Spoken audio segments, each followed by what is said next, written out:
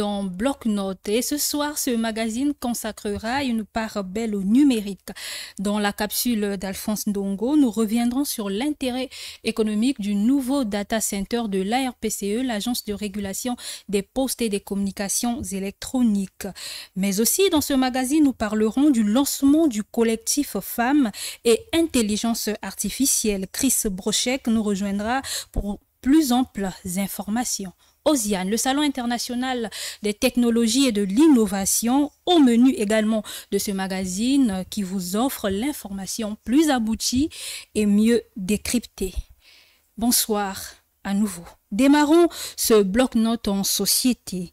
Entre coupure d'électricité et baisse de tension, eh bien, les consommateurs du courant électrique de la Société Énergie électrique du Congo ne savent plus à quel sein se vouer. Le bruit des groupes électrogènes dans les rues et avenues est une musique nuisible avec laquelle plutôt les Congolais semblent s'habituer. Mais eux, le mouvement citoyen des consommateurs à cette situation se résigne de s'habituer. C'est pourquoi ils vont lancer au dernier recours, bien sûr, une campagne de désapprobation de la Société Énergie électrique du Congo. Et pour mieux comprendre la démarche du MCC, eh bien, nous avons ce soir sur ce plateau Ghislain Ondele Kanga. Bonsoir.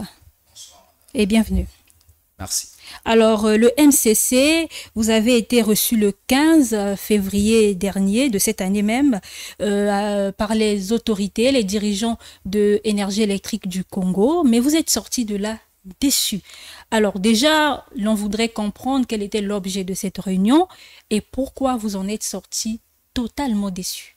Alors, merci. D'abord, premièrement, l'MCC, c'est le mouvement citoyen des consommateurs, donc une structure de défense des droits et intérêts socio-économiques des consommateurs. Alors, nous avons été contactés par des consommateurs concernant le problème de l'électricité que vous connaissez bien. Et après, du côté des MCC étant un mouvement, nous avons fait un travail, donc collecter des plaintes et des préoccupations des consommateurs. Et nous avons fait sortir de ces préoccupations nous avons fait sortir de ces plaintes quelques préoccupations et que nous avons écrit au directeur général de la société SCARE. Et malheureusement, ce dernier a confié le dossier à un directeur commercial. Mais bon, l'entretien, nous l'avons eu avec le directeur commercial. Mais nous sommes sortis de là-dessus parce que les préoccupations qui ont été mises sur la table de la société ECAREC était la question de savoir pourquoi il y a des coupures, donc pourquoi il y a des délaissages et pourquoi il y a des pénalités et encore, mais quelles étaient aussi les mesures d'accompagnement, de réparation des torts. Oui. Voilà. Mais nous avons été très déçus des réponses parce que sur les coupures, par exemple, on nous a fait comprendre que oui, il y avait les blackouts. Blackout, logiquement, c'est une coupure générale qui est liée à un problème sérieux. Mais les coupures que nous constatons dans les quartiers, ces coupures sont planifiées et programmées au niveau de la société ECAREC pour protéger les transfos.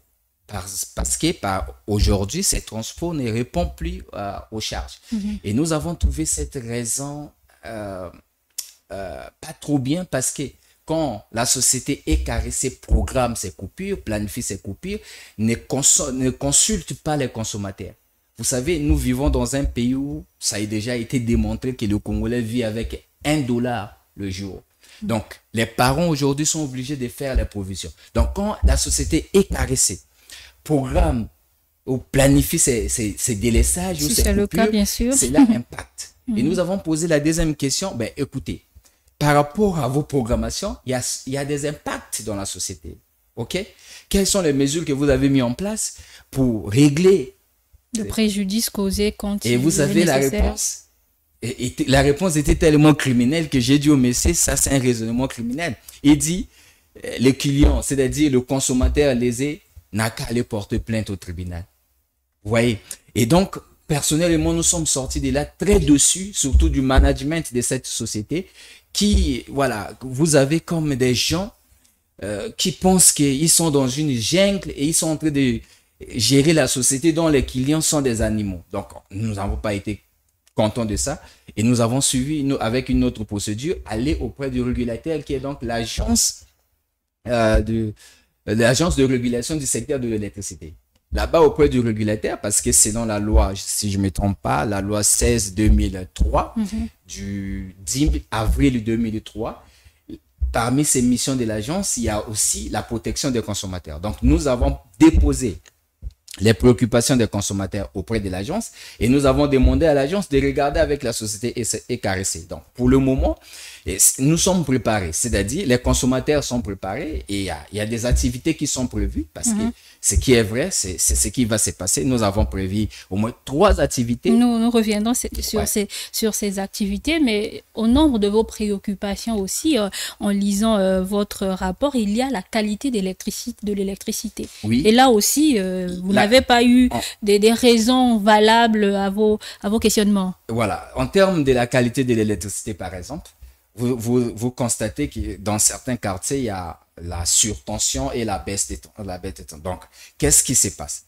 Aujourd'hui, les transfos de la société ECAREC dans les quartiers, ce sont des transfos, je prends juste un exemple, mais je dis pas que c'est ça. C'est-à-dire, ce sont des transfos aujourd'hui qui avaient la capacité, par exemple, de fournir 10% de la population dans un quartier. Mais aujourd'hui, la société ECAREC, à travers ce transfert, est en train de fournir l'électricité à 30 ou 40% de la population. Il y a surcharge. Effectivement. Donc, c'était aussi dû à ça. Il y a d'autres raisons qui ont été évoquées aussi. C'est normal par rapport aux tribunes et comment on appelle ça? Turbunes. Les turbunes et de tout. Alors, le problème de la qualité de l'électricité est aussi lié, selon certains experts, au circuit de distribution.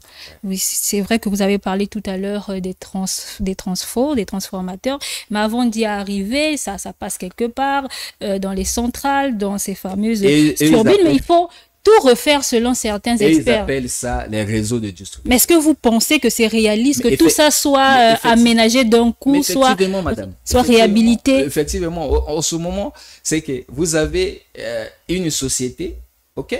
Une société, on dit une société qui fonctionne, c'est-à-dire les gens payent. Parce que le problème avec la société ECAREC et les consommateurs, c'est que le contrat, c'est quoi?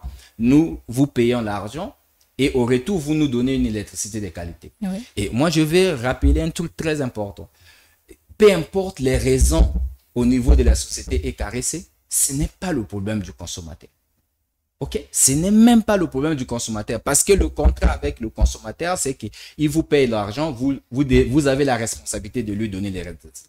Mais, alors, l'autre chose, c'est que s'il y a un problème, cette société doit communiquer. Mais de temps en temps, cette société informe la population des coupures qui se feront à cause des travaux, par exemple, de temps en temps. Ça, c'est les coupures à cause des travaux. Mais les coupures, par exemple, planifiées. Parce que si les consommateurs sont informés que, ok, peut-être dans ce secteur, on a peut-être 5 heures du temps de l'électricité, celui qui avait l'habitude d'acheter, par exemple, une provision de 1 mois, saura comment éviter. Mais aujourd'hui, il y a des gens qui sont en train de perdre les provisions. Vous savez les dégâts qui sont causés. Là, on parle des provisions, mais les appareils, les congélateurs, les télévisions. Donc, il y a beaucoup de dégâts aujourd'hui.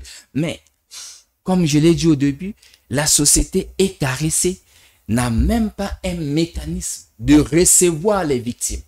Ouais. Et on demande aux gens d'aller au tribunal. Mais on vit d'abord, le Congolais vit avec $1 qui est 500 ou 600. Mais est-ce qu'il aura même les moyens d'aller chercher un avocat? Oui, donc c'est la raison pour laquelle au niveau de MCC, nous travaillons actuellement et nous avons déjà travaillé avec 3 actions qui sont bien planifiées et c'est ce qui va se passer. Alors, vous avez suivi certainement à travers les médias, comme tout bon Congolais, le projet Genel à Pointe-Noire. On parle là d'un projet qui aura aussi surtout un impact sur le réseau électrique. Est-ce que là, ce n'est pas un brin d'espoir? Non, mais le problème, c'est que d'après les vérifications que nous avons faites et d'après les informations que nous avons eues au niveau de la société ECAREC, en termes de production de l'électricité aujourd'hui, le Congo est déjà capable. Le Congo produit assez d'électricité. Assez de l'électricité pour fournir au moins. Vous voyez? Mais le plus grand problème du Congo aujourd'hui, c'est la transportation de l'électricité et la distribution associée à la commercialisation. Donc, c'est trois secteurs qui restent aujourd'hui un problème.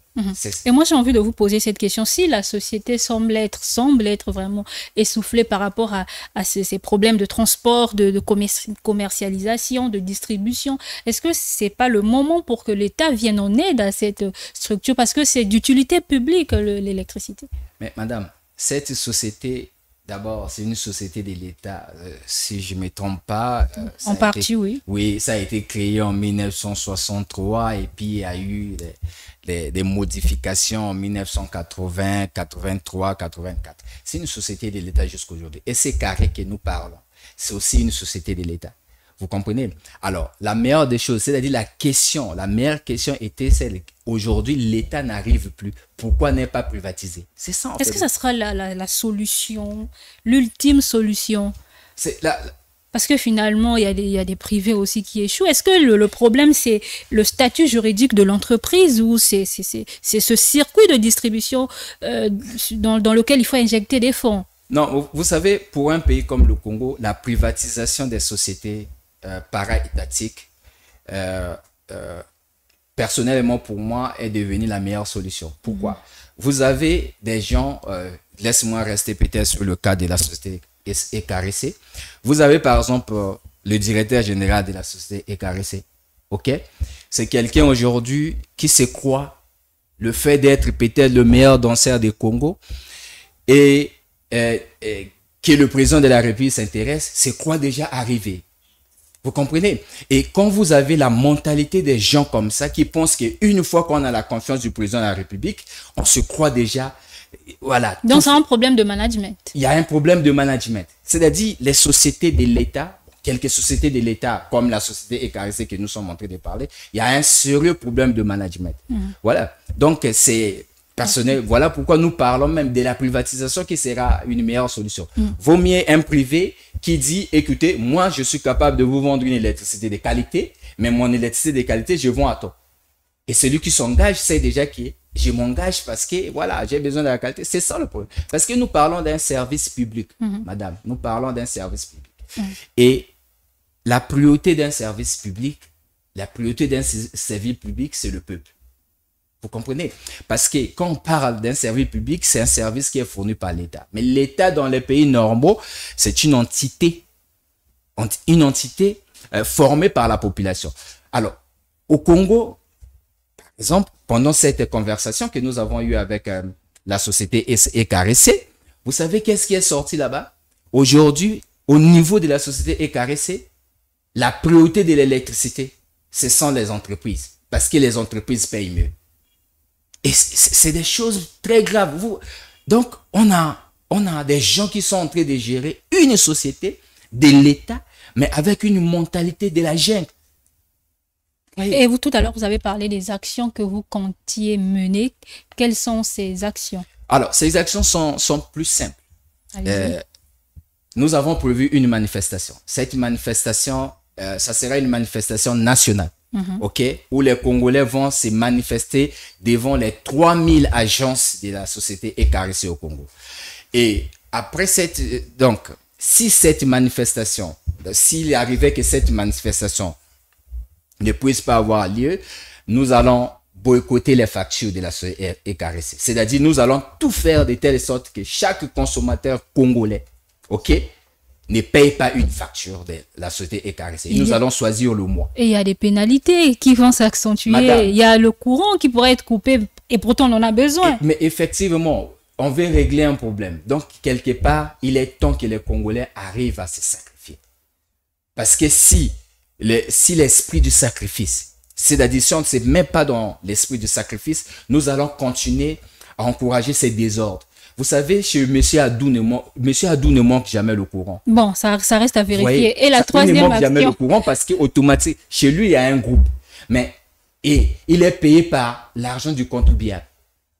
Vous comprenez? Pour gérer une entreprise, bien sûr. Et la troisième action? La troisième action, elle est plus simple, c'est que nous allons aussi collecter les plaintes, c'est-à-dire nous allons faire une plainte collective et déposer au tribunal quand la société est caressée.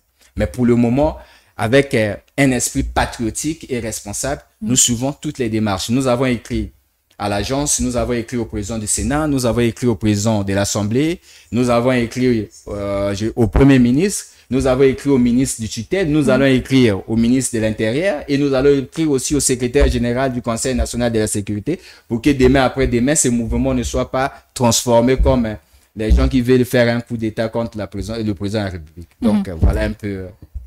Merci Ondele Kanga pour toutes ces informations, en espérant que cette situation soit réglée de manière un peu plus pacifique. Mais merci, rapidement, si je peux juste faire un appel. Allez-y. Je demande à tous les consommateurs congolais, c'est-à-dire aujourd'hui la société est caressée contre plus ou moins 350 000 abonnés. Je demande à tous les consommateurs congolais, le temps est venu de régler ce problème et nous avons la responsabilité de régler ces problèmes. Cette société vit à cause de l'argent que nous payons. Donc, cette société doit nous fournir de l'électricité de qualité. Merci. Le message est passé et le souhait de tous les Congolais, c'est que la lumière soit, mais en tout cas de bonne qualité. La lumière pour les jeunes est apportée par les jeunes.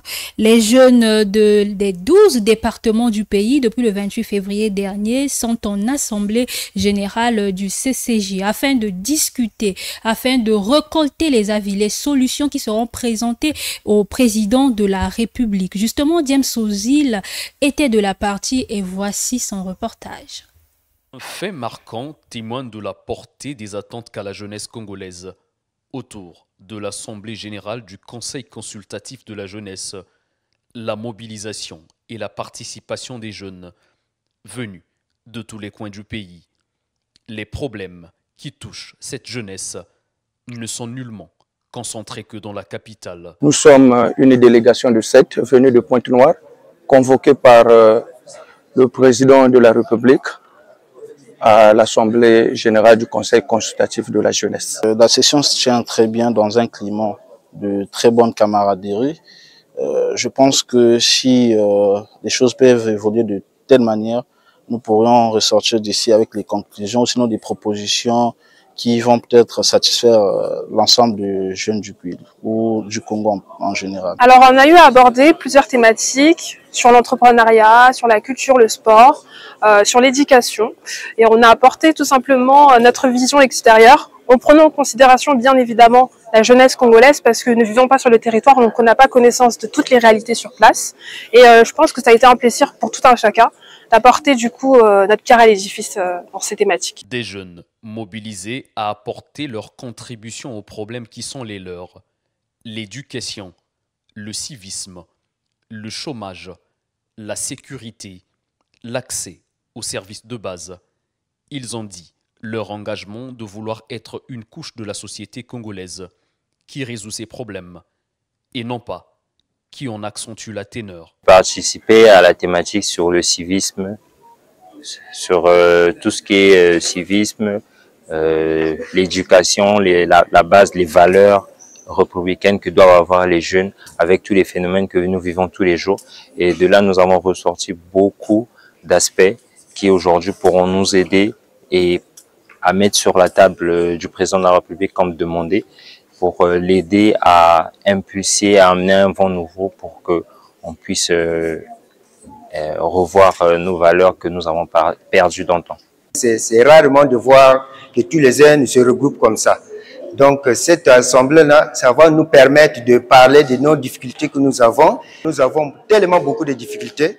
Par exemple, au niveau de l'école, les autochtones ont beaucoup de difficultés. Dans certaines écoles, il y a des difficultés d'avoir des enseignants que l'État envoie. Et souvent, ce sont des vacataires qui arrivent pour enseigner. Mais les vacataires là pour enseigner, il faut que des parents d'élèves puissent payer ces vacataires afin que ces vacataires puissent continuer de enseigner les élèves. Le Conseil consultatif de la jeunesse, une émanation de la volonté commune des jeunes d'avoir une institution qui porte auprès du président de la République des préoccupations qui touchent leur plein épanouissement, est donc attendu au sortir de cette Assemblée générale à un mémorandum qui en vaut la peine. Et c'est ce 4 mars, ce lundi 4 mars, que le président de la République sera face à ces jeunes pour recueillir les avis qui ont été émis pendant cette Assemblée générale du CCJ. Parlons formation continue et qualifiante dans ce magazine. Il se donne pour mission de former, de réactualiser les connaissances des cadres et acteurs des collectivités locales. C'est entre autres son cheval de bataille. C'est l'Institut de formation au métier de la ville, IFMV. Que faut-il savoir de ce cadre de formation ? Quelle valeur ajoutée pour le Congo? Eh bien, nous avons sur ce plateau sa représentante au Congo, Madame Annick Okoko. Bonsoir. Bonsoir. Merci de vous avoir sur ce plateau. Alors, Madame Annick Okoko, en quelques mots, qu'est-ce qu'on peut retenir sur ce que c'est que l'IFMV? Alors, vous l'avez déjà dit, hein, l'IFMV, c'est l'Institut de formation au métier de la ville. L'IFMV se donne le privilège, vous l'avez encore dit, de pouvoir donner des formations qualifiantes à nos élus locaux et à nos attachés parlementaires. L'IFMV a signé un partenariat, un accord de cadre avec l'État congolais, en l'occurrence avec le ministère délégué de la décentralisation, justement pour faire le renforcement des capacités de nos élus locaux, de faire en sorte que la décentralisation voulue par le président de la République soit une chose évidente et effective. Voilà, donc nous venons par la formation essayer de faire en sorte que cette décentralisation puisse se faire dans les bonnes conditions et que les fonctionnaires territoriaux, ceux qui travaillent dans les collectivités, ne puissent pas rester comme ça, mais puissent bénéficier d'un renforcement de capacité pour que justement ce qu'ils vont faire au niveau des collectivités soit effectif et par rapport aux vœux du président de la République. Et vous l'avez dit, hein, vous avez un partenariat, un accord cadre avec le ministère délégué à la décentralisation. Et depuis, quelles sont les actions que vous avez déjà menées ici au Congo? Alors, les actions que nous avons, nous sommes en train justement de préparer une grande formation au mois de mai au niveau de l'université Denis Sassou Nguesso. Je voudrais en passant dire que nous sommes logés à l'université Denis Sassou Nguesso. Donc, nous avons aussi un partenariat avec cette université-là qui nous a prêté des locaux pour que nous puissions justement préparer cette formation qui aura lieu au mois de mai. Une grande formation, nous allons délocaliser justement des grandes universités de France et du Canada. Nous allons délocaliser, nous travaillons en même temps, nous avons en même temps des partenaires au niveau dans le monde entier. Nous travaillons avec l'ENAP, qui est l'École nationale d'administration publique au Canada. Nous allons délocaliser des professeurs là-bas qui viendront pour faire des modules de formation. Donc, le premier module, plutôt, excusez-moi, aura lieu en mai 2024. Et lesquels sont concernés par cette formation? Écoutez, ceux qui sont concernés, ce sont les fonctionnaires, les élus locaux, les fonctionnaires, je voulais dire les fonctionnaires territoriaux, ceux qui vont travailler dans les collectivités. Nous avons 12 départements et chaque département devra sélectionner un nombre de personnes pour venir suivre ces formations.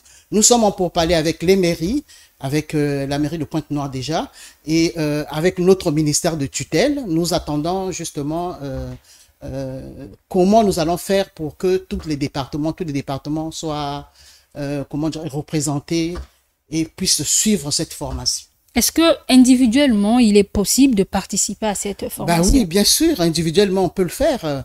Vous avez reçu nos flyers, n'est-ce pas? Donc, vous avez lu, vous avez vu, oui, individuellement. Vous savez, la formation, chacun de nous veut se former. Si vous travaillez quelque part et qu'il n'y a pas de formation dans votre société, vous avez la possibilité de pouvoir vous former à vos frais. Et donc, les individuels sont aussi attendus à cette formation. Cette formation, restons-y, est-ce que il y a un coût à payer? Oui, il y a un coût, oui, justement.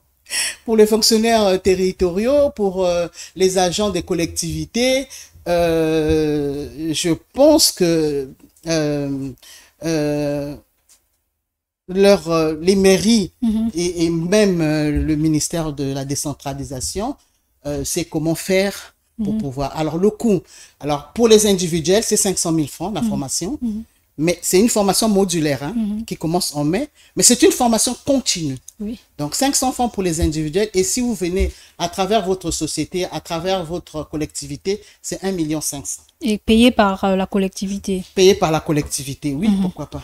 Alors, vous avez aussi signé un accord de partenariat avec le ministère en charge de la formation qualifiante, notamment avec les PEM, c'est le CA de Owando et Mokeko. Quelle est la valeur ajoutée par rapport à ces établissements? Alors, la valeur ajoutée, c'est que l'IFMV va trouver des partenaires au niveau de la France, au niveau du Canada, au niveau des États-Unis, pour pouvoir donner une valeur ajoutée justement à ces formations qui auront lieu dans ces localités, donc Mokeko et Owando. Donc actuellement, nous sommes en train de travailler à rechercher des partenaires pour pouvoir venir nous donner main forte par rapport à ces formations de Mokeko et de Owando. Alors, je vais rapidement revenir sur la formation de mai à l'université Denis Sassou Nguesso. Comment s'inscrire, que ce soit pour ceux qui, bon, certainement au niveau des collectivités, tout un mécanisme est mis en place, mais pour les individualités, comment s'inscrire? Pour les individualités, nous allons, alors pour le mois de mars et d'avril, nous allons faire des spots publicitaires. Nous allons, avec vous qui êtes notre partenaire aussi, nous allons travailler ensemble pour donner la possibilité aux individuels de venir s'inscrire. Mais déjà, dans les flyers que vous avez reçus, il y a un numéro de téléphone. On peut appeler à ce numéro, on aura toutes les informations. Peut-être que vous pouvez rappeler aussi ce numéro de téléphone. Le numéro de téléphone, je ne l'ai pas en tête, mais je l'ai dans mon téléphone. Alors, il y a aussi, comment dirais-je... Le site. Oui, il y a un site internet. ifmv.fr. Là-dedans, les gens peuvent s'inscrire. Il y a des modules, peuvent s'inscrire par rapport aux modules qui sont présentés là-dedans. Tout est bien finalisé à l'intérieur. Et même, il y a même un bulletin d'inscription. Donc, les gens peuvent s'inscrire via notre site internet. Alors, au-delà de cette formation du mois de mai, comment se présente l'agenda 2024 de L'agenda 2024 sera un agenda très, très serré. Alors, le premier module va commencer en mai. Ensuite, 2 mois après, il y aura un autre module. Et donc, l'année 2024, décrétée par le président de la République comme étant l'année de la jeunesse, sera aussi l'année de l'IFMV parce que nous allons faire beaucoup de formations au niveau de l'université Denis Sassou Nguesso. C'est là notre siège. Voilà. Est-ce qu'il est aussi possible que les jours à venir, que ce partenariat avec les universités puisse être élargi avec Marien Ngouabi, avec les universités privées? Est-ce que vous êtes disponible à travailler avec ces... Oui, notre ambition, c'est de couvrir toute la République. Nous ne voulons pas rester seulement à Pointe-Noire, à Brazzaville. On a posé une première pierre pour une université à Luango. À Luango. Le jour que cette université sera prête, nous, on pourra travailler avec elle. Nous pourrons travailler aussi avec des universités, des écoles, des grandes écoles qui sont ici à Brazzaville ou encore à Oyo. Notre ambition, c'est vraiment de couvrir toute la République en matière de formation qualifiante. Merci Madame Okoko d'être passée. Je rappelle que vous êtes la représentante de l'IFMV ici au Congo. Tout à fait. Je voulais... Allez-y. Je voulais, pour un dernier mot, dire que l'IFMV, justement, dans sa... Nous avons aussi un accord de partenariat avec comment dirais-je, le ministère de la décentralisation, mais à travers Monsieur Moumaba, qui est le haut commissaire à la justice restaurative. justement, pour la réinsertion des jeunes en difficulté. Nous avons eu dernièrement, vous avez vu, nous étions avec notre spécialiste de la réinsertion des jeunes qui a travaillé partout dans le monde, il a travaillé au Sénégal, surtout au Sénégal, avec des jeunes en difficulté. Donc, il est venu avec des jeunes de France pour pouvoir... Alors, nous avons envie d'être avec la jeunesse. Et donc, nous avons créé un concours de peinture. Alors, ce concours de peinture a pour thème le monde tel que je le vois, le monde tel qu'il me parle. Donc, nous demandons aux 15-35 ans de pouvoir justement s'inscrire et donner libre cours à leur imagination en dessinant ce qui passe dans leur tête par rapport au bien-être des enfants et par rapport aussi au vivre ensemble de la population congolaise. Une initiative louable. Merci beaucoup, Madame Annick Okoko. Alors, changeons de cap, mais pas très loin, en parlant cette fois-ci de numérique. Le Congo a la première marche des data centers d'Afrique centrale. Le nouveau data center construit par l'Agence de régulation des postes et des communications électroniques ARPCE à Pointe-Noire est compté parmi les plus puissants du continent. C'est là même que sera rattaché le câble Tout Africa du géant Meta et prendra son élan pour le déploiement sur l'ensemble du territoire national. Retour en images et commentaires sur ce qu'a été l'inauguration de ce data center le 28 février dernier par le président de la République, mais aussi du nouveau siège de l'antenne départementale de l'ARPCE à Pointe-Noire. Une seule institution, l'Agence de régulation des postes et communications électroniques. Mais avec chacun son rôle. C'est ici, en plein cœur de Pointe-Noire, que s'érige désormais l'un des plus puissants et robustes data centers du continent, au vu de sa capacité de type Tier 3+. Data center, point de connexion du câble Tout Africa, mis en service ce jour, 28 février 2024, par le président de la République, Denis Sassou Nguesso.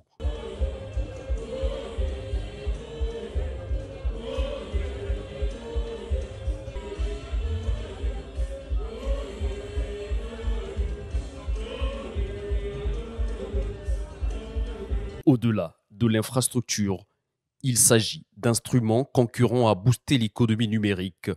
Ce data center, c'est une plus grande capacité de stockage, d'analyse et de traitement de données. Et ce n'est pas tout. Ces infrastructures, ici, à Pointe-Noire, qui nous réunissent, se veulent être un pilier de la diversification et du développement de l'économie numérique qu'en effet, la RPCE s'octroie pour le compte de l'État, avec ce deuxième data center, après celui de Brazzaville, inauguré en 2021 par son Excellence Monsieur le Premier ministre, une plus grande capacité de stockage de données afin de fluidifier les échanges, amplifier et booster l'écosystème numérique national et sous-régional. Ce nouveau data center de type Tier 3 sur une échelle de 4 selon l'Union internationale des télécommunications est l'un des plus grands de l'Afrique centrale et l'un des plus robustes du continent. Sa connexion à 2 câbles sous-marins, à savoir le WAX et le Tout Africa, adossé de 2 backbones et de 2 points d'échange Internet, ainsi que des technologies de pointe en gestion énergétique, fera du Congo un hub numérique incontesté de la sous-région, confortant ainsi notre position de pays de transit pour l'ensemble de l'Afrique centrale. Il faut souligner qu'au regard de son importance, mais aussi de son rôle dans le processus de la diversification économique, cette infrastructure est un outil de la souveraineté numérique pour le Congo et va pouvoir héberger l'ensemble des données de l'administration publique et celles du secteur privé, mais aussi celles des entreprises étrangères qui souhaitent déjà y loger leur équipement et leurs données. Ainsi, il résoudra pour le Congo ce problème mondial que rencontrent encore d'autres pays, celui du stockage et de la sécurisation des données dites souveraines. Une plus-value sur laquelle va s'appuyer le gouvernement pour traduire en actes le 5e pilier du PND 2022-2026. Il est donc compris que le développement de notre pays se repose entre autres sur ces 6 piliers dont le 5e est une colonne qui soutient, comme chacun le sait, la 4e révolution industrielle, laquelle lègue au monde une autre façon de travailler, de communiquer et de vivre dans une société moderne du savoir. Elle induit l'intégration des technologies émergentes, telles que l'intelligence artificielle, le big data, l'Internet des objets, la robotique avancée, l'impression 3D, la biotechnologie et d'autres technologies innovantes. Installé sur 2000 mètres carrés avec 2 bâtiments R1 et R6, le data center et le centre départemental de l'art PCE sortent de terre 24 mois après le lancement des travaux pour un montant global d'un peu plus de 8 milliards de francs CFA. Le data center de type TIR 3+, est le sujet de la capsule d'Alphonse Ndongo.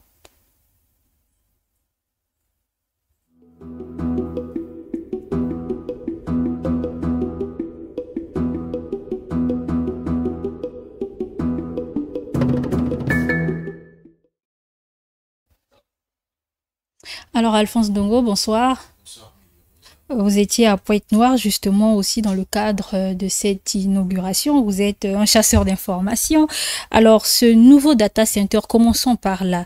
Vous avez écrit dans l'une de vos dernières publications qu'il s'agit là d'un saut qualitatif. Pourquoi vous le dites? Oui, c'est un saut qualitatif dans la mesure où, on le sait très bien, jusqu'à présent le Congo ne disposait que d'un data center de type TIR 2. Et là, donc, le Congo passe à un data center de niveau 3 plus. Et donc, si vous jetez un coup d'œil dans la sous-région, il n'y a pas pareille installation dans le cadre, n'est-ce pas, des télécommunications en Afrique centrale et un peu dans un niveau un peu plus large, c'est-à-dire en Afrique. Ça fait que le Congo rentre, franchement, comme on peut le dire, dans la cour des grands. Et donc, pour moi, c'est un investissement très important lorsqu'on sait qu'aujourd'hui, c'est lui qui investit dans le domaine des télécoms qui est en train d'envisager son développement avec optimisme. Alors, data center de type TIR 3+, certains internautes pourraient se perdre. Qu'est-ce que cela veut dire? Ah oui, c'est vraiment trop technique, mais on va essayer de simplifier les choses, comme on dit un peu en français facile.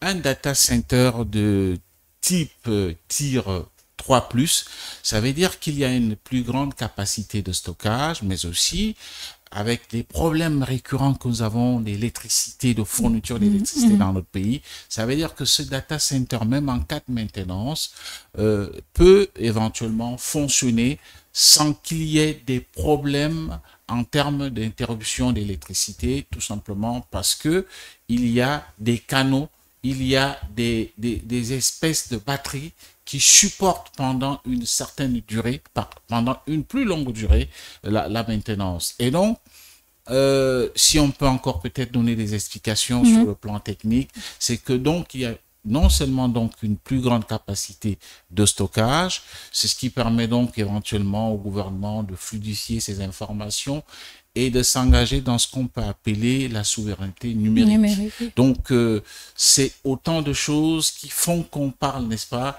d'un data center de type TIR 3+. Et TIR 3+, ça veut dire que, parce que selon la classification, on a niveau 1, niveau 2, niveau 3 et niveau 4. Il n'y a pas 3+, comme par exemple on parlerait d'Internet de 3e génération, génération 3+, ou 4+. Mais dans le cas d'espèce, d'après les informations qui nous ont été fournies par des experts, c'est qu'il y a eu une espèce de benchmark qui a été menée par les experts de l'art PCE pour pouvoir dimensionner donc ce data center dans un cheminement qui se situe entre 3 et 4, et c'est pourquoi on parle de 3+. Et vous avez tout à l'heure parlé de souveraineté numérique, pour ceux qui ne sont pas familiers à ce terme. Qu'est-ce qu'ils peuvent comprendre par là? Alors, ça veut dire qu'aujourd'hui, vous savez très bien que pour beaucoup de pays africains hébergent leurs données à l'étranger. Pas seulement les pays africains, des sociétés publiques et même des sociétés privées. Parce que tout simplement, il n'y a pas de data center. Et aujourd'hui, le Congo peut se donner assez de champ aujourd'hui pour pouvoir héberger ces données, les données de son administration, les données des entreprises congolaises qui sont, même si ce sont des entreprises étrangères installées dans notre pays, peuvent maintenant y héberger leurs données. Ce qui fait qu'il y a donc là une souveraineté numérique, c'est-à-dire que on n'est plus obligé de passer par des canaux à l'étranger pour pouvoir avoir accès à des données qui sont parfois aussi même des données à caractère personnel. Et c'est pourquoi on parle donc de souveraineté numérique. Donc, à partir de là, le Congo peut donc éventuellement donc suivre tous les flux, n'est-ce pas, au niveau des banques, au niveau des sociétés pétrolières et même dans tout ce qui constitue l'écosystème des télécommunications à partir donc de ce data center. Donc, qui certes est une propriété, a été justement financée par l'ARPCE, mais c'est une propriété à 100%, n'est-ce pas, de l'État congolais. Alors, une autre bonne nouvelle, si c'en est une, c'est que avec la mise en service de ce data center, finalement, le câble Tout Africa prendra son départ là pour se déployer sur l'ensemble du territoire. Est-ce qu'il fallait vraiment ce data center avant aujourd'hui de jouir, s'il faut le dire, des bienfaits de ce nouveau câble sous-marin du groupe Meta Tout Africa? Alors, j'y réponds par l'affirmative, tout simplement parce que vous le savez très bien, le câble Tout Africa du géant Facebook rebaptisé Meta est donc arrivé en août dernier 2023 au large de Pointe-Noire. Donc, il fallait absolument ce data center, puisque vous le savez, il y a la société Airtel qui a été choisie comme concessionnaire, pas seulement au Congo, c'est-à-dire que Airtel fait partie, n'est-ce pas, du consortium avec société de télécommunications saoudienne, China Mobile et d'autres grandes structures. Donc, au Congo-Brazzaville, il faut reconnaître une chose, c'est que les autorités ont dû batailler fort parce qu'il fallait trouver le canal par lequel pourraient passer donc toutes les informations qui sont véhiculées à travers Tout Africa. Et il fallait une société privée parce que absolument Google a posé cela comme condition. Et au niveau, selon nos informations, les autorités au plus haut niveau ont fait que l'ARPC s'implique, notamment avec l'expertise qui leur est reconnue. Après, au terme de plusieurs réunions à Dubaï, c'est comme ça que l'ARPCE est donc entré dans le jeu pour pouvoir donc finalement donc être à la hauteur des espérances de Google. Et il fallait donc absolument ce data center qui donc aujourd'hui, comme vous le voyez, va fluidifier toutes les informations, non seulement au niveau du Congo, mais aussi va permettre même à Brazzaville de jouer son rôle de position reconnu comme pays stratégique, notamment donc, et si vous voulez, pour qu'on résume cela, le Congo va donc devenir le hub numérique d'Afrique centrale, tout simplement parce que les informations pourraient partir de ce Tout Africa dans le data center de type Tier 3 et arriver au Cameroun, au Gabon, en Guinée, au Tchad, en République centrafricaine, en République démocratique du Congo, et c'est pourquoi on parle donc de hub numérique. Alors, ceux qui nous suivent ce soir, devant leur tablette, devant leur smartphone, vont se demander, moi, qu'est-ce que j'y gagne? Qu'est-ce que le Congolais gagne à travers ces deux infrastructures?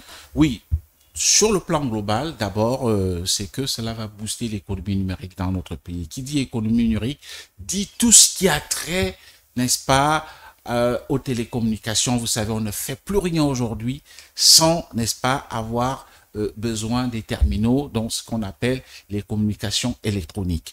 Ça, c'est au niveau global. Maintenant, au niveau de vous et moi, cela va donc davantage, d'après les experts, ça va amener la baisse des coûts de communication parce que il y aura maintenant beaucoup plus, moins de temps de latence et les sociétés seront donc obligées, tenant compte de la qualité du réseau, de baisser les coûts, ce qui va donc éventuellement créer ce qu'on peut appeler un boom de l'économie numérique dans notre pays. Et l'économie numérique, vous le savez, même à un plus petit niveau, tout le monde trouve son compte. Par exemple, votre chaîne de télévision que j'apprécie bien, vous n'allez pas me dire qu'elle n'est pas connectée à un terminal, par exemple, Internet, voilà, donc Wi-Fi. Donc tout cela aujourd'hui, je pense qu'on aura éventuellement beaucoup plus d'avantages avec l'arrivée non seulement de Tout Africa, mais aussi avec cette connexion qui a été donc officialisée par le président de la République, c'est-à-dire le data center de type Tier 3. Alors à côté de ce data center est sorti de terre un immeuble, un bâtiment R+6 pour abriter l'antenne départementale de la RPCE Pointe-Noire. R+6 pour une quarantaine d'employés, on peut se dire si c'est pas trop. Quelle est l'idée derrière d'avoir un si imposant bâtiment? Alors moi, ce qui m'intéresse de par mon rôle de modeste journaliste de la presse économique et financière, ce qui m'intéresse, que les renseignements puisés à bonne source me renseignent que les autorités de l'RPCE ont décidé de trouver une société tierce qui va se charger de gérer quasiment le patrimoine, c'est-à-dire pour rentabiliser l'immeuble. Ce qui pour moi constitue une première, parce qu'on voit au Congo, l'État construit beaucoup d'infrastructures, mais qui malheureusement ne sont pas entretenues. Et cette société donc qui va se charger de gérer cet immeuble, m'a-t-on dit, c'est que, par exemple, il me semble qu'au dernier niveau, il y a des salles de réunion qui peuvent atteindre 100 personnes. Ce qui, de par la position géographique de cet immeuble, je pense que s'il faut l'appeler ainsi, le concessionnaire, c'est peut-être pas le mot, mais le gestionnaire immobilier, je pense que cela peut engranger de menues recettes.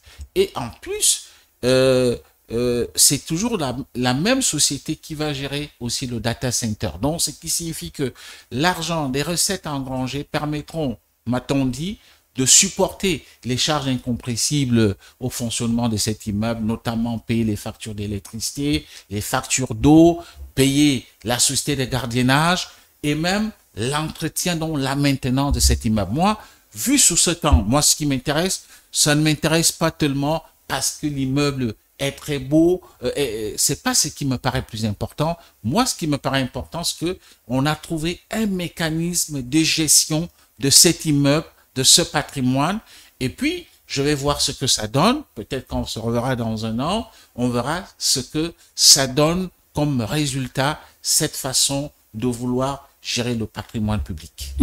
Et vous l'avez dit, la gestion du data center sera aussi certainement confiée à un concessionnaire, mais pourquoi pas l'RPCE? Qu'est-ce qui fait que le constructeur n'a pas le droit aujourd'hui de gérer, je vais dire, son œuvre? Alors, c'est une très bonne question, mais comme vous le savez, l'RPCE est une société, n'est-ce pas, parapublique. Si vous voulez, c'est une entreprise parapublique qui n'a donc pas, qui n'est pas habilitée à engager ce genre, c'est comme un commerce, voyez-vous, c'est comme si, bon, l'RPCE dit, c'est moi qui construis et c'est moi qui gère aussi les recettes. Et je pense que cette façon de faire, pour moi, montre quand même, pourquoi pas, une espèce de transparence. C'est-à-dire qu'il y a une société qui est là, qui va répondre au niveau, n'est-ce pas, des structurabilités, de la gestion du data center. Et même s'il y a une autre société à qui on a aussi confié la gestion de l'immeuble. Donc, c'est peut-être un modèle économique, mais il faut reconnaître que l'RPCE n'est pas habilité à gérer à la fois un data center, enfin, c'est un peu comme être à la fois juge et partie. Merci Alphonse Ndongo pour toutes ces informations tirées à bonne source. Merci beaucoup. Alors pour rappel, la RPCE, à côté de cet immeuble de l'antenne départementale de Pointe-Noire, construira également d'autres antennes, entre autres à Oyo et Dolisie. Alors, restons toujours dans le volet numérique et cette fois-ci pour parler d'Osiane. Osiane, pour sa 8e édition, veut conjuguer avec la presse locale. Du 23 au 28 avril prochain, tous les acteurs du numérique ont rendez-vous à Brazzaville pour le Salon international des technologies et de l'innovation. Les médias parties prenantes de cette grande messe sont des partenaires privilégiés et techniques sur lesquels Osiane veut compter. Ce 2 mars 2024, autour d'un déjeuner, eh bien, le président de l'ONG Pratique a échangé avec la presse en ligne pour un partenariat plus dynamique pour cette 8e édition. Il s'agit cette fois-ci de donner plus de visibilité aux médias en ligne pour qu'ils tirent profit des investisseurs et partenaires qui seront présents au salon, mais aussi leur dédier des formations taillé cette fois-ci sur mesure. Le partenariat en cours de collaboration veut donner une place de choix aux médias locaux et surtout à ceux de la sphère web, le web qui est leur champ d'action, mais aussi au titre d'Osiane, l'âme du numérique. Alors, toujours dans le volet numérique, et parce que nous avons consacré une bonne partie de ce bloc-notes sur les questions numériques, eh bien, femmes et intelligence artificielle, c'est un nom avec lequel il va falloir désormais s'habituer, parce qu'il s'agit là du nom du nouveau collectif qui, comme son nom l'indique, promeut l'exploration de cet outil qui s'impose à nous de plus en plus. Le lancement de ce collectif s'est fait hier, 1er mars 2024, et vous suivrez sur le fil d'actualité de Tcheleka Média le reportage de Thérèse Nestine. Et ce soir, comme vous le savez, nous allons à la quête de l'information plus détaillée et plus aboutie. Et donc, nous avons sur ce plateau Madame Chris Brochek. Merci d'être là ce soir. Bonsoir. C'est votre première sur Tcheleka. Bienvenue. Oui, merci. Alors, ce concept, femmes et intelligence artificielle, d'où est née cette initiative? Oui, Femmes et Intelligence Artificielle Congo, autrement dit FIAC. En fait, alors la FIAC, c'est un collectif de femmes qui ont suivi une formation avec moi en janvier 2024. Donc, en janvier 2024, j'ai animé une formation en ligne. On a eu 9 sessions de 20h à 22h. Et pendant ces sessions-là, qu'est-ce qu'on a appris? On a appris à utiliser des outils d'intelligence artificielle. On a appris à créer du contenu, à planifier du contenu, à gérer son marketing et à gérer son branding en ligne. Et donc, du coup, la formation est finie le 1er février. Et quand on a fini, on avait tellement pris l'habitude d'être ensemble et on s'est dit non, on peut pas se séparer. Et c'est de là qu'est née l'initiative, en fait, FIAC. Et notre but, c'est quoi? C'est de nous retrouver et de s'enseigner entre nous en peer-to-peer, mais aussi d'enseigner aux plus jeunes que nous. Donc, il y aura beaucoup de mentorat. Et puis, on aura aussi un travail aussi de sensibilisation aussi sur l'intelligence artificielle, parce qu'on dit énormément des choses sur l'intelligence artificielle. Parfois, ça fait peur. Et moi, je fais partie des personnes qui pensent que quand quelque chose nous fait peur, il vaut mieux essayer de l'apprivoiser plutôt que de le fuir. Et c'est ce qu'on essaie de faire avec la FIAC. Alors, dites-nous, est-ce qu'il y a un lien particulier entre la femme et l'intelligence artificielle? Parce que finalement, cette initiative est tournée vers les femmes. Non, c'est simplement que... alors, je vous explique un peu même la genèse de la formation. C'est au mois d'octobre, je suis intervenue sur le salon de l'innovation et des nouvelles technologies CITEC. Et là, j'ai deux femmes entrepreneurs que je connais qui m'ont apostrophé, qui m'ont dit « Ah, Chris, comme en fait, moi, je suis entrepreneur dans le digital et le social, mais je suis aussi formatrice, je suis aussi mentor, et j'interviens aussi à l'étranger, notamment en Tunisie, sur des problématiques d'intelligence artificielle. » Et ces dames-là, elles m'ont apostrophé, elles m'ont dit « Écoute... nous, on est là, on est entrepreneurs. Moi, je suis bloquée, je n'arrive plus à faire mes animations. Moi, j'ai du mal avec mon community manager. Il faut vraiment que tu trouves du temps pour nous faire une formation. Et en fait, c'est de là qu'est née l'idée de la formation. Donc, du coup, effectivement, on a commencé entre femmes. Et bon, ça veut pas dire que les hommes sont exclus, mais pour le moment, c'est comme ça. Ce qui n'empêche pas qu'ils peuvent être soit parrains ou soit venir à nos activités. Nos activités sont ouvertes à tout le monde. Mais c'est vrai que pour le moment, ça sera Femmes et Intelligence Artificielle Congo, FIAC. Voilà. Et hier, vous avez remis les certificats de formation à ceux qui ont participé à cette formation. La moisson, elle est bonne? Oui, la moisson est bonne, mais en fait, ce qu'on a voulu faire en fait avec cette cérémonie, c'était vraiment nous auto-congratuler. Ah bon? Parce que à force d'attendre, on va pas tout le temps attendre qu'on nous félicite de l'extérieur. Je veux dire, quand on fait quand même 9 sessions sur un mois, de 9h à 22h, dans un pays qui est le nôtre, avec tous les problèmes qu'il peut y avoir, soit de connexion, soit d'électricité, etc., ça mérite quand même qu'on se mette quand même un peu à l'honneur et qu'on se félicite. Et puis aussi, ce qu'il faut comprendre aussi, c'est que moi, en général, quand je fais des formations, parfois il y a des femmes qui sont là, qui doutent, mais elles osent venir à la formation, et au fur et à mesure qu'on avance dans la formation et qu'elles arrivent à faire des choses, elles ont de la confiance en elles. Donc tout ça aussi, ça fait partie en fait d'un tout. C'est vrai que c'est Femmes et Intelligence Artificielle Congo, mais derrière, on va aussi aborder des thèmes comme le branding, la confiance en soi, le leadership. Par exemple, hier, il y a une des apprenantes qui, lorsqu'elle est venue prendre son certificat, elle a pris la parole et elle a admis que c'était la première fois qu'elle prenait la parole en public. Vous voyez, moi je trouve ça extraordinaire. Donc voilà, sans compter les avantages de l'intelligence artificielle pour les femmes, parce qu'il y en a énormément. Si là où je suis, je vous dis, avec l'intelligence artificielle, vous dites adieu au syndrome de la page blanche. Ça n'existe plus. En plus de ça, donc ça c'est ça, donc non seulement je vais aller sur ChatGPT, je vais pouvoir créer toutes sortes de contenus écrits, que ce soit des scripts, des lettres, des fiches techniques d'entreprise, des réponses, des traductions, des tableaux, etc. J'ai plus besoin de me prendre la tête, ça c'est la partie pour les textes, mais aussi la partie au niveau des images. Par exemple, moi aujourd'hui je suis une femme entrepreneur, j'ai besoin de créer une affiche. J'ai pas forcément le temps d'aller chercher un mannequin pour poser, etc. Mais si je sais utiliser par exemple un outil comme lexica.art ou comme Midjourney, je peux entrer une requête. Je vais demander par exemple une jeune femme africaine, moderne, etc. Qui a mon produit. Vous voyez, qui porte par exemple mon produit dans ses mains. Et là, de cette manière, j'économise de l'argent. Mais ça ne dissipe pas aussi la peur des machines qui vont remplacer les hommes. En fait, je vais vous dire, ça, c'est vrai que c'est un débat qui existe. Oui. Et de toute façon, on ne peut pas aller à l'encontre du progrès. Vous savez, tout à l'heure, vous avez parlé de 4e révolution industrielle. On est en plein dedans. Et je veux dire, le progrès, il ne faut pas le fuir. Le progrès, il faut le regarder de face. OK ? Et de toute façon, demain, on n'est pas encore à l'époque où les machines vont trop remplacer les hommes. Je veux dire, on a encore notre rôle à jouer. La preuve, c'est qu'aujourd'hui, même en utilisant l'IA aujourd'hui fonctionne parce qu'on la nourrit. L'IA, l'intelligence artificielle fonctionne aussi parce que c'est l'homme qui fait rentrer de la donnée. Si l'homme ne fait pas rentrer de la donnée, il n'y a pas de fonctionnement d'intelligence artificielle. Donc, dans cette mesure-là, ça veut dire que l'homme a encore sa place. Et par contre, ce qui serait un peu maladroit, je dirais, ça serait d'ignorer cette nouvelle technologie, parce qu'à un moment ou à un autre, elle va tous nous balayer. On fait tellement des choses extraordinaires. Et justement, avec les femmes, dans le collectif FIAC, on travaille sur ça. Donc, chaque mois, on aura une masterclass où on va apprendre les nouveaux outils. Et maintenant, le pire, c'est qu'on combine même les nouveaux outils d'intelligence artificielle. Donc, vous prenez pour créer un produit, vous en combinez 2, 3 pour arriver, par exemple, à créer un petit film, une animation, etc.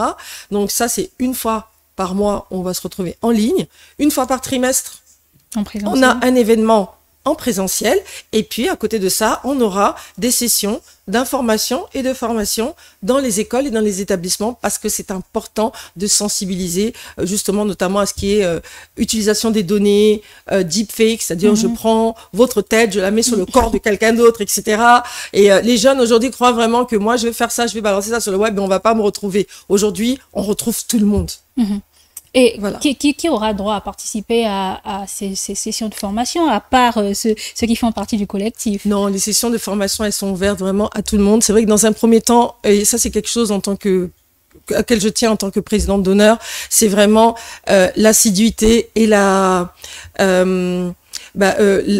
l'assiduité et le travail. C'est-à-dire qu'on veut pas de touristes, c'est-à-dire que les gens qui viennent, ils viennent vraiment là pour apprendre, parce qu'ils veulent enrichir leurs connaissances, et aussi parce qu'ils ont aussi le désir de partager, parce que ça, c'est même l'ADN même de la FIAC. Mais sinon, c'est ouvert à tout le monde. On va privilégier les femmes, les jeunes qui veulent nous aider aussi, qui veulent aussi, pourquoi pas être parrains ou financer, etc. Et justement pour hier, je tiens aussi à remercier aussi notre marraine, Madame Aline France Etogabeka, qui est venue et qui nous a soutenus. Là aussi, voilà, c'est aussi une des valeurs qui est soutenue par la FIAC, c'est la sororité, l'entraide, la bienveillance et l'empathie entre femmes autour des nouvelles technologies. Voilà. Merci beaucoup, Madame Chris. Merci d'être passée. Merci pour l'invitation. À la prochaine session, nous serons certainement de la partie. Avec plaisir et on vous invitera. Alors, l'art au féminin, nous restons dans le cadre des femmes et cette fois-ci, en parlant culture. L'art au féminin en concept de Zaba, l'art au féminin en concept aussi mené par Maman Credo. Vous le savez, elle est artiste gospel. C'est pour ce 9 mars 2024 à la Maison Russe de Brazzaville. Ce festival vise à célébrer la femme et laisser exprimer son génie artistique. Bonsoir Maman Credo. Bonsoir, bonsoir. Merci d'être encore là ce soir. Merci beaucoup. Alors, le festival Zaba, c'est dans quelques jours. Alors, merci. Ce n'est pas d'abord le festival Zaba, parce que vous savez que nous avons un concept qu'on appelle le concept Zaba, qui est dans l'information et la formation du secteur culturel et puis de l'autonomisation des femmes. Donc, dans le cadre de nos objectifs, nous avons prévu une activité en collaboration avec la Maison Russe. Cette activité, nous l'avons dénommée l'art au féminin. C'est-à-dire que c'est un orchestre féminin où les femmes jouent à tous les instruments et il y a aussi des femmes qui dansent, il y a des femmes qui chantent. Donc, c'est du 8 au 9. Donc, le 8, nous aurons une conférence que nous avons prévue, une conférence toujours à la Maison Russe, de 12h à 14h. Et nous avons prévu aussi un spectacle le 9 à 15h. Le 9 mars, toujours à la Maison Russe. L'art au féminin, pourquoi l'art au féminin? Bon, l'art, c'est pour tous les êtres humains. Pourquoi cette orientation vers les femmes? Oui, mais parce que, tu sais, il y a en quelque sorte un tabou au niveau de l'art, ou surtout l'art, je parle de la musique, où les gens pensent que un orchestre ne peut pas évoluer sans homme. Il faut qu'il y ait toujours un homme qui joue à la batterie et puis une femme qui chante. Et généralement, dans les orchestres, nous voyons beaucoup plus les femmes au niveau du chant qu'aux instruments. Et nous avons voulu quand même changer les choses. Pas pour dire que nous n'avions pas besoin des hommes, mais pour dire aussi que la femme est capable aussi de jouer aux instruments. La femme aussi est capable d'être au chant et à tout ce qui est comme métier au niveau de la musique. Est-ce que ce spectacle est lié aux festivités de la Journée internationale des droits de la femme? Oui, oui, également. C'est pour ça que nous avons voulu le faire, parce que chaque fois quand il y a le 8 mars, nous allons voir, il y a beaucoup de spectacles qui vont se faire certainement, le 8 mars ou le 9, mais vous allez constater qu'il y aura toujours la présence des hommes sur scène, en ce qui concerne la musique. J'ai déjà dit tout à l'heure que c'est pas mauvais, mais dans le cadre vraiment de la Journée internationale des droits des femmes, nous voulons, nos concepts Zaba, dire à toutes les femmes que vous êtes capables de faire aussi ou de monter des orchestres féminins, parce qu'on en a besoin pour encourager ces femmes qui sont en train d'oser à jouer aux instruments que les hommes utilisent. Et combien de groupes ou de groupements sont attendus? Alors, c'est un spectacle d'1h30 et dans le spectacle, il n'y a pas que le côté musical, il y a aussi le côté des femmes artisanes. Il y aura aussi la présence des femmes peintres et aussi la présence des femmes qui fabriquent le manioc. Parce que souvent, nous négligeons ces femmes, mais toi et moi, là où nous sommes là, je pense que tu as déjà goûté au manioc depuis ce matin. Parce que pour les Africains ou les Congolais que nous sommes, si vraiment c'est pas quelque chose que tu n'as pas pris depuis l'enfance, mais sinon à 80%, 90%, c'est notre aliment de base. Mais nous semblons mettre de côté ces femmes qui nous ont nourris depuis notre bas âge et qui continuent à le faire. Donc, nous voulons aussi mettre en valeur ces femmes. Elles ne sont pas musiciennes, mais elles sont aussi dans l'art. Parce que la fabrication du manioc, il y a l'art dedans. Et pendant ce spectacle, nous aurons des jeunes filles. Des jeunes filles qui ont constitué un orchestre, mais parmi ces jeunes filles, il y a des slameuses, il y a des rappeuses, il y a des chanteuses, il y a des femmes qui jouent au tam-tam. Donc, vous aurez vraiment un spectacle riche parce que c'est quelque chose que peut-être que nous n'avions pas encore vécu au Congo, parce que j'ai eu à postuler à un festival au niveau du Canada où on avait besoin d'un orchestre féminin. Et l'orchestre qui était parti, c'est l'orchestre de Kinshasa, parce que ça va à Kinshasa, il y a un orchestre féminin qui est là, qui va être peut-être représenté même, je pense, au Massa. Donc, pour cette fois-ci, pour une fois au Congo, voir un orchestre féminin sur scène, moi je pense que ça mérite que tous les Congolais soient là pour applaudir ces femmes, pour leur donner de la force. C'est une innovation en tout cas. Et on aura aussi Malika. Malika, c'est une jeune comédienne, parce que c'est une année de la jeunesse. Et donc dire aussi à Malika, tu es encore enfant, mais le Congo aussi compte sur toi. Donc, elle va faire aussi son spectacle, et nous aurons aussi la présence d'une artiste que vous aimez très bien, mais que je t'ai de dire le nom. C'est une surprise. C'est une surprise, il faut venir la découvrir. Certainement que vous serez dans la joie de la voir de la partie. Alors, revenons sur la musique. Quel type de musique, à quel type de musique doit-on s'attendre? Est-ce que c'est la musique traditionnelle, moderne, ou un tout? Je sais que les gens savent que Maman Credo est dans la valorisation de la musique folklorique du Congo, mais cette fois-ci, nous avons un mélange. Un mélange, il y a la musique folklorique, il y a aussi le côté hip-hop, donc la musique urbaine. Donc, on a fait vraiment un mélange comme ça dans notre recette pour donner aux Congolais. Puisque nous sommes au mois de mars, le 8 mars c'est la journée internationale des droits de la femme, Maman Credo, on fait cette parenthèse, on vous voit de temps en temps rappeler à l'ordre certaines femmes, peut-être qui ne comprennent pas très bien la nouvelle loi, la loi Mouebara. Est-ce que vous constatez que ces femmes s'égarent par rapport au contexte, par rapport à la nature même de cette loi? C'est une très bonne question, parce que la question sera aussi abordée le 8 mars à la conférence. Puisque dans les sous-thèmes, nous avons un thème où on a dit parité, égalité, sans oublier mes valeurs. C'est bien, la loi est là, mais il y a quand même une petite confusion dans les têtes des femmes qui se permettent de tout, qui se disent que ben voilà, il y a une loi qui est déjà votée, donc je peux faire tout ce que je veux.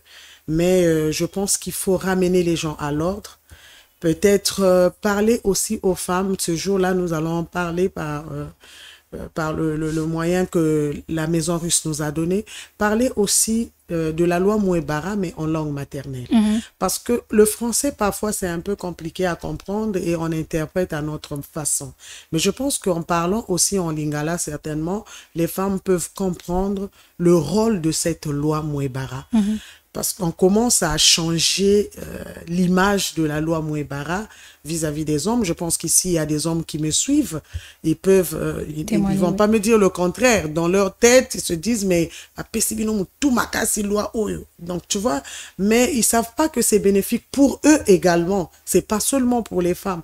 Même il y a des articles là-bas où vous allez voir que même les hommes sont protégés dans cette loi Mouebara. Donc, c'est pas seulement les femmes. Et nous voulons ramener les femmes à l'ordre. Je sais que ma page est beaucoup visitée ces derniers temps par des hommes. J'étais en train de rire hier soir, j'ai vu les statistiques. C'est plus les hommes qui me suivent parce qu'ils savent que je suis en train d'être de leur côté. Mais en tout cas, ce n'est pas pour dire que la femme est mauvaise, mais c'est juste pour ramener la femme à l'ordre et dire à la femme, tu as tellement un rôle à jouer dans la société qu'il faut que tu sois une femme bien bâtie, une femme bien assise, une femme bien sage, parce que tu as toute une génération à éduquer. Une femme de valeur en tout cas. Merci. Maman Credo, le public congolais vous suit et ceux qui vivent au Congo aussi vous suivent en ce moment. En 3 mots, comment convaincre toutes ces personnes à venir à la conférence le 8 et au spectacle 9? En 3 mots. 3 mots, ça va être un peu chaud pour moi, mais quand même, je dirais que vous connaissez Maman Credo. Ce n'est pas peut-être pour s'enorgueillir, mais je n'ai pas encore fait une activité où le public a été déçu, par exemple, de ce que je donne. J'ai fait un spectacle où je disais à tout le public de venir avec les kimbongistes. Les gens n'étaient pas déçus.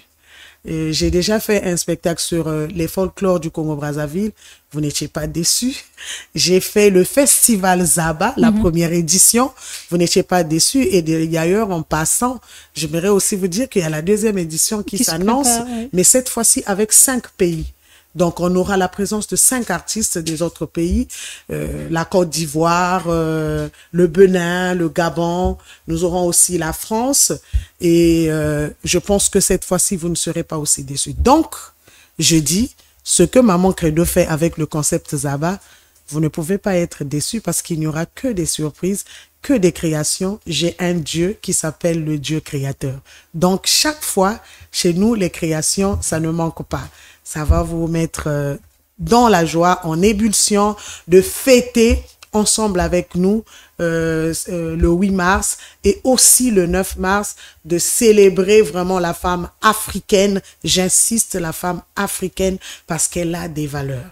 Elle a des valeurs et elle a des valeurs à conserver. Je retiens surprise, création et femme africaine. Merci. Très bien. Merci. Merci Maman Credo. Eh bien, la télé, c'est l'image. La télé, c'est aussi l'épreuve. Je vous laisse donc avec cet aperçu de ce que vous pourriez découvrir, surtout le spectacle du 9, avec ce que Maman Credo a déjà produit, servi au public congolais. Et je vous dis à samedi prochain. Sinon, à vendredi. C'est gratuit, hein, c'est gratuit. L'affiche est là.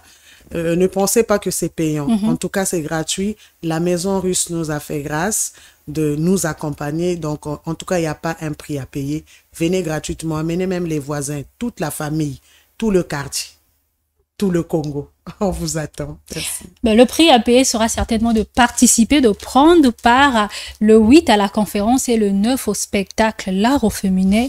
Je pense que personne ne veut rater cela. Et donc, à vendredi au spectacle de Maman Credo et à samedi pour Bloc-Notes.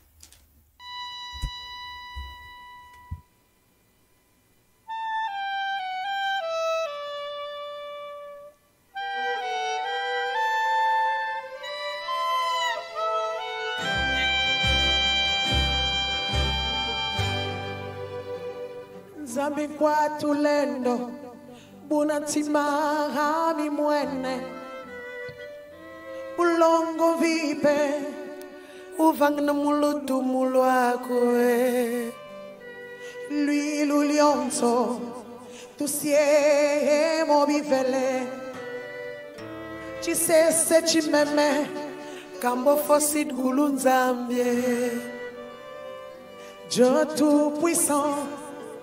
Comment que considère tout l'univers créé par ton pouvoir, le ciel d'azur, les éclairs, les tonnerres.